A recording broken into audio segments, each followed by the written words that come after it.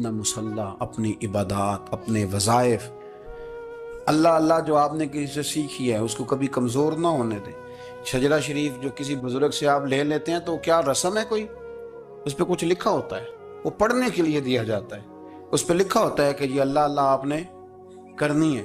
انسان پر اگر کوئی شخص نیکی کر دیتا ہے، احسان کر دیتا ہے، تو انسان اس کے سامنے پھر گردن نہیں اٹھا سکتا، یار یہ میرے مشکل وقت کا دوست ہے، اس نے میرے ساتھ نیکی کی ہے، کبھی بھی گردن نہیں اٹھائے گا، جھکا کے رکھے گا۔ تو اگر عام کوئی نیکی کر دے تو اس کے سامنے انسان کبھی گردن نہیں اٹھاتا، تو جو رب ساری نعمتیں عطا فرمائے، جو کہے کہ تیری تخلیق میں نے کی، تجھ سے پہلوں کو بھی پیدا میں نے کیا، تیرے لیے زمین کا بچھونا بھی میں نے بچھایا، آسمان کی چھت بھی میں نے لگائی، تیرے لیے زمین سے ساری اناج کو، پھل کو، کھیتیوں کو نکالا بھی تیرے لیے، اب تو اس طرح کر کہ تو میری عبادت کر، تو میری بارگاہ میں جھک جا۔ بہت سارے نشے لوگوں کو لگے ہوئے ہوتے ہیں، ہر آدمی کوئی نہ کوئی نشہ کرتا ہے، کوئی دولت کا کرتا ہے، کوئی شہرت کا کرتا ہے، کوئی اپنی تعریف کا نشہ کرتا ہے، دو چار لوگوں سے تعریف سن کے مطمئن ہو جاتا ہے۔ ناراض تو نہیں ہو گیا اس جملے سے آپ؟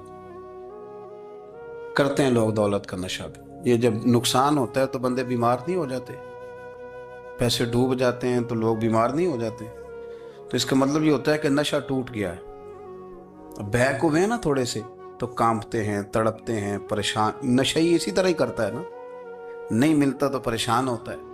یہ سارے نشے ہیں، مختلف قسم کا نشہ۔ ہم مانتے نہیں اس بات کو، تسلیم نہیں کرتے، کیونکہ تسلیم کرنا بڑا مشکل کام ہے، اس کے لیے تو بڑی ساری چیزیں جو ہیں وہ دبوچ کے اور بڑی سارے رستے پھلانگ کے آنا پڑتا ہے، تو بڑا مشکل ہے ماننا، ورنہ کرتے ہیں ہم، ہمارا مزاج ہے۔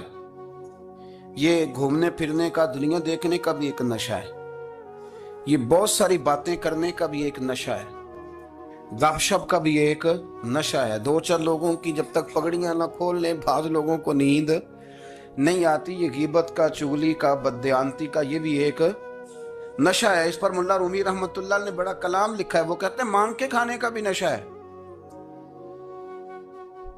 مانگ کے کھانے کا بھی نشہ ہے۔ وہ کہتے ہیں کہ ایک بھیک مانگنے والی خاتون تھی، تو بادشاہ کے پاس بھیک مانگنے آئی، تو بادشاہ کو پسند آ گئی، اس نے شادی کر لی۔ اب اس کو عادت تھی بھیک مانگ کے کھانے کی، تو وہ کنیزوں سے کہا کرتی تھی کہ فٹافٹ نہ روٹی لے کے آیا کرو، میں 2-3 دفعہ مانگوں تو پھر لایا کرو، کیونکہ ایک نشہ ہے نا، تو میں مانگوں 2-4 دفعہ تو پھر۔ تو انسان بہت سارے نشے کرتا ہے، یہ مانتا نہیں، یہ موبائل، یہ فیس بک، یہ سارے نشے ہی ہیں۔ اپنی فوٹو لگا لینا، سارا دن اسی کو دیکھتے رہنا، اور بڑے بڑے سیانے بندے جو وزادار ہیں،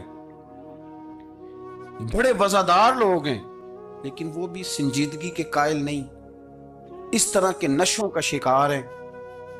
یہ سارے نشے ہیں جو ہم نے پال لیے۔ ہمارے صوفیاء، ہمارے بزرگ فرماتے ہیں کہ تم اس طرح کرو، اگر سارے نشوں سے بچنا چاہتے ہو تو سجدے کا نشہ شروع کرو، سجدے کا نشہ شروع کرو۔ یہ نا اقبال کہتے ہیں، عطار ہو، رومی ہو، رازی، آپ بات کو سمجھیں، عطار ہو، رومی ہو، رازی ہو، غزالی ہو، کچھ ہاتھ نہیں آتا بے آہ سحر گاہی۔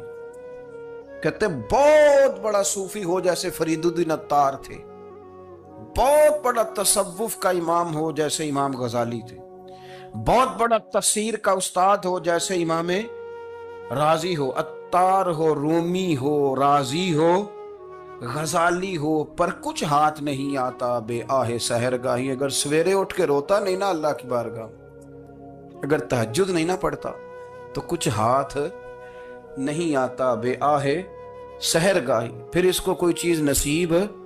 میری بات کی سمجھ آ رہی ہے آپ حضرات؟ جب تک آپ سویرے نہیں اٹھتے، آپ اللہ اللہ نہیں کرتے، آپ کو نوافل کا چسکا نہیں، عبادت کا مزہ نہیں، فرمایا میری عبادت کرو، یہ شوق پیدا کرو، میں نے تمہیں پیدا کیا ہے۔ ہم لوگوں کے نشے، مختلف نشے، بڑا عجیب رنگ ہے۔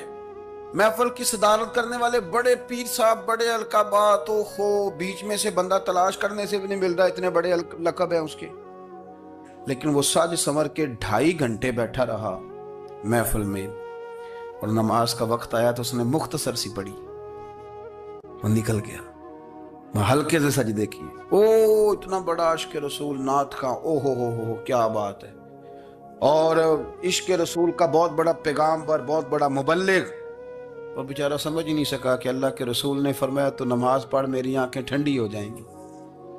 تو یہ نشے کے عادی تو ہیں پر حقیقت کے قائل نہیں ہیں.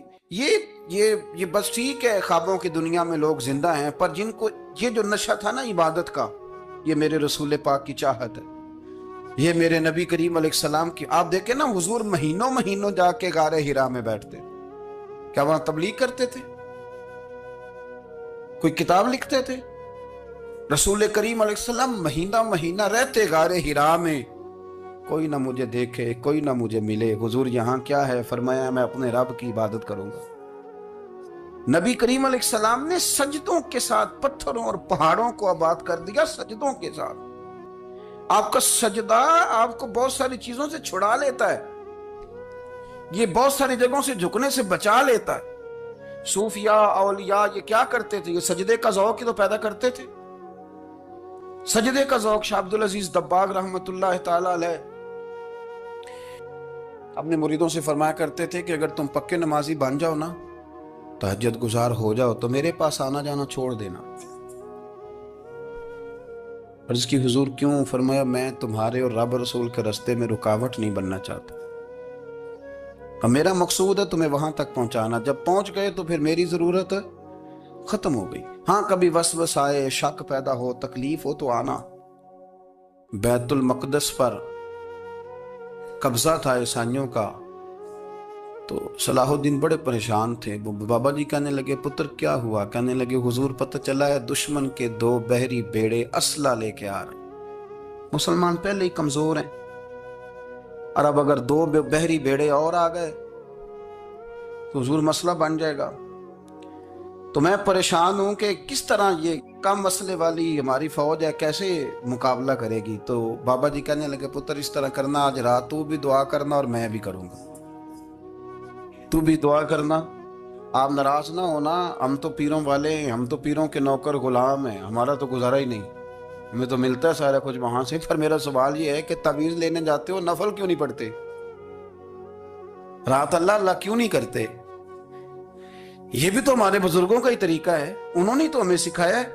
صلاح الدین ایوبی سے بزرگوں نے کہا کہ رات آج نا اللہ کرنا تو میں تیرے لیے دعا کروں گا، تو بھی دعا کرنا. تو بندہ جب دکھی ہوتا ہے تو سجدہ کرتا ہے، تو پھر ہی تو مصلی بھیگ جاتا ہے، پھر ہی تو مزہ آتا ہے. سکھی بندہ تو کعبے جا کے نہیں روتا. دکھی تھے، تکلیف تھی، تو سر رکھا سجدے میں تو تڑپ گئے. اور وہ بابا جی کہتے ہیں میں مسجد آیا تو صلاح الدین چیخے مار کے رو رہا تھا اور کہہ رہا تھا مالک میں کوئی اپنی شان کے لیے تو نہیں نہ لڑ رہا، اللہ کو میں کوئی قبضوں کے لیے تو نہیں لڑ رہا، مالک تیرے لیے لڑ رہا ہوں، مجھے بے آبرو نہ کرنا، میری مدد فرمانا. کہتے ہیں میں آیا تھا کہ مسجد میں دعا کروں گا، پر صلاح الدین ایوبی کو روتے دیکھا تو میں لوٹ گیا.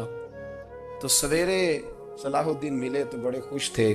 میں نے کہا پتر کیا ہوا؟ کہنے لگے حضور وہ بحری بیڑے 2 آ رہے تھے نا اسلحہ لے کے، دونوں ڈوب گئے پانی میں ڈوب گئے. تو بابا جی کہنے لگے صلاح الدین وہ پانی میں نہیں ڈوبے، وہ تیرے آنسوؤں میں ڈوب گئے، وہ غرق ہو گئے. وہ جو تو نے مصلی بات کیا تو وہ تیرے آنسوؤں میں ڈوب گئے، وہ غرق ہو گئے، وہ تباہ اتنے قیمتی تھے، تیرے آنسو کے بہا لے گئے دشمن کے بحری بیڑوں کو. میرے بھائی ٹھیک ہو گیا جی. میرے عزیز سمجھ لیں اس بات کو ہمیشہ کے لیے، اور اس پر غور کر لیں اچھے طریقے سے کہ میرے رسول کریم سید عالم صلی اللہ علیہ وسلم نے نا ہماری توجہ دلائی، حضور نے ہمیں بتلایا، ہمارا ذوق بڑھایا عبادت کی طرف. ایک صحابی تھے حضرت ابو فاطمہ رضی اللہ تعالیٰ عنہ، یہ ترمذی شریف کی حدیث ہے. نبی پاک علیہ السلام نے فرمایا ابو فاطمہ قیامت کے دن مجھ سے جلدی ملنا چاہتے ہو کہ دیر کے ساتھ؟ تو کہنے لگے حضور کون ہوگا جو دیر سے ملنا چاہے گا، ہم نے تو جان دے دی وعدہ دیدار پر. اعلیٰ حضرت فرماتے ہیں جان دے دی وعدہ اور نقد اپنا دام ہو ہی جائے گا.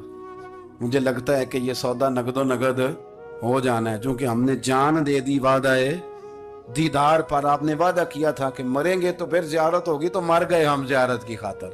جان دے دی وعدہ دیدار پر تو نقد اپنا دام ہو ہی جائے گا. اے رضا ہر کام کا ایک وقت ہے، دل کو بھی آرام ہو ہی جائے گا.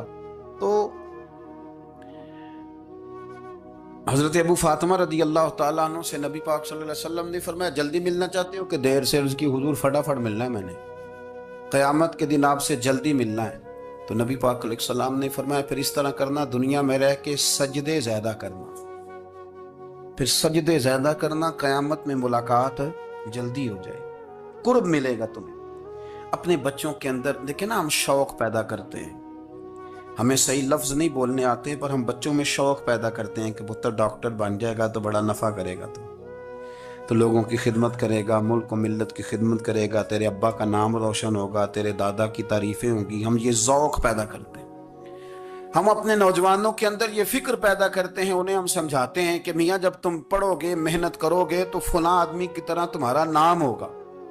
یہ جتنا ذوق ہم بچوں کے اندر ان چیزوں کا پیدا کرتے، ہمیں حکم ہے کسی طرح ہم ذوق پیدا کریں کہ پتر نماز پڑھے گا تو اللہ راضی ہو جائے گا، تو سجدہ کرے گا. دیکھیں نا میرے رسول کریم علیہ السلام نے فرمایا 7 سال کے بچے کو مسجد لے کے جاؤ، یعنی اسے شوق دلاؤ، اس کے اندر یہ خاصیت پیدا کرو کہ اس کا دل کرے مسجد میں جانے، اس کے اندر یہ خصوصیات